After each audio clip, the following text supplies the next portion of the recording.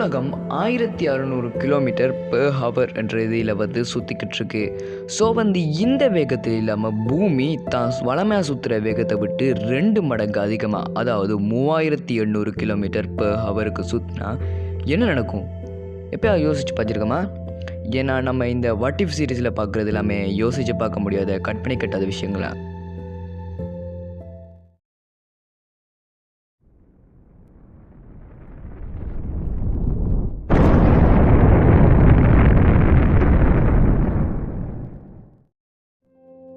நம்மளால் பூமி சுற்றுறதை உணர முடியாது.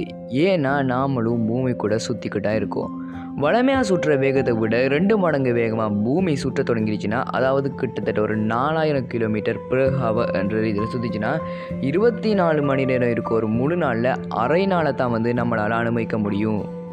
அதே நேரத்தில் பூமி சுற்றுற வேகத்துலேயும் அதோட விசையிலையும் வந்து உங்களோட எடை குறைஞ்சிருமாங்க. ஆமாங்க, நீங்கள் வந்து ஓவர் வெயிட்னு கவலைப்பட்டுக்கிட்டுங்கன்னா உங்களோட எடை வந்து குறைஞ்சிரும். ஸோ வந்து இதனால் உங்களுக்கு வந்து ஒரு சின்ன ஒரு ப்ளஸ் பாயிண்ட் இருக்குது. இருந்தாலும் இதை பார்த்து உடனே சந்தோஷப்படுறாங்க. ஏன்னா வந்து நிறைய மைனஸ் பாயிண்ட் இந்த விஷயத்தால் இருக்குது.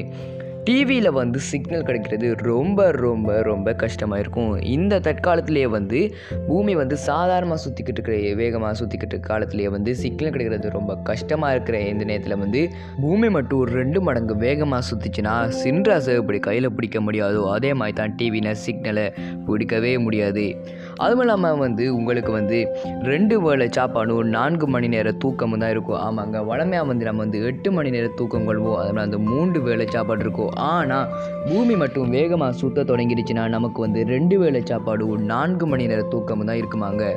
முழு நாளாக இருக்கிற 24 மணித்தியாலம் அரை நாளாகி வெறும் 12 மணித்தியாலம் ஆகிற இந்த சமயத்தில் வந்து புதுவிதமான கேலண்டர்களும் நம்ம வளமையாக செட் பண்ண டைம் டேபிளுக்கு மாறுபட்ட புதுவிதமான டைம் டேபிள்ஸும் வந்து உருவாகும். ஒரு வருஷத்தில் 365 நாட்களை கொண்டிருக்கிற நாம் வந்து ஒரு கட்டத்தில் வந்து பூமி 2 மடங்கு வேகமாக சுற்றுற ஒரு நிலைமை வந்துச்சுன்னா 730 நாட்களை வந்து ஒரு வருஷத்தில் கொண்டாக வேண்டும். இதுக்கு காரணம் என்ன பார்த்திங்கன்னா வந்து நான் ஏற்கனவே சொன்ன மாதிரி நம்மளால் வந்து அரை நாளை மட்டும்தான் இப்படி ஒரு இக்கட்டான சமயத்தில் வந்து அனுபவிக்க முடியும். ஸோ வந்து அப்படி பார்க்கும்போது 365 2ஆல் பெருக்கி பார்த்திங்கனாலே வந்து 730 நாட்கள்லாம் வரும், 730 தான் வரும். ஸோ நம்மளோட லைஃப் ஸ்டைல், நம்மளோட வாழ்க்கை முறையை வந்து இந்த பூமியில் நம்மளோட வாழ்க்கை முறையை வந்து மொத்தமாக மாறுபட்டு போக போகிறது வந்து உறுதியாக நம்ம சொல்லலாம். பூமியோட இந்த காட்டுத்தனமான வேகத்தால் வந்து காற்றும் சரி நீரும் சரி வேகமாக அசைய ஆரம்பிக்கும்.